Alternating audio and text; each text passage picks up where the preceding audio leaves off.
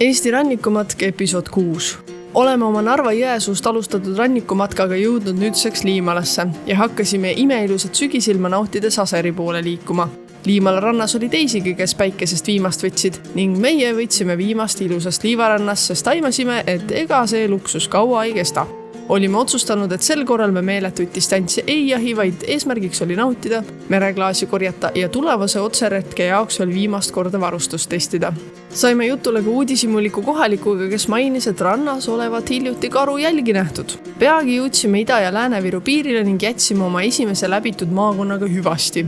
Ei läinud palju mööda, kui lai ja sile liivarand muutus takistuste kadalipuks. Sattusime alale, kus me ilmselt poleks tohtinud olla ning saime aru, et ka Lääne-Virul on täiega savi. Isegi nii palju, et Tom hellitas savivannidega oma jalgu lausa mitmel korral.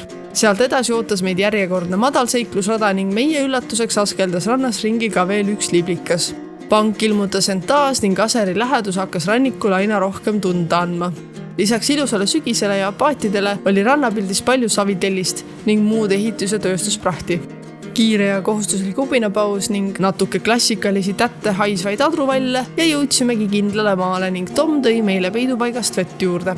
Päev oli jõudnud juba nii kaugele, et aeg oli leida laagripaik. Kuigi betooni vahel oleks ka saanud pugeda, siis eelistasime looduslikku pehmet küljealust ning peale jätkuva megahea ilma üle imestamist ning paarist hoonest möödumist leidsime ideaalse pesa, kuhu ennast laagrisse sättida. Täpsemalt meie laagrirutiinist ja võrdlemisi lühikesest teisest matkapäevast juba järgmises osas.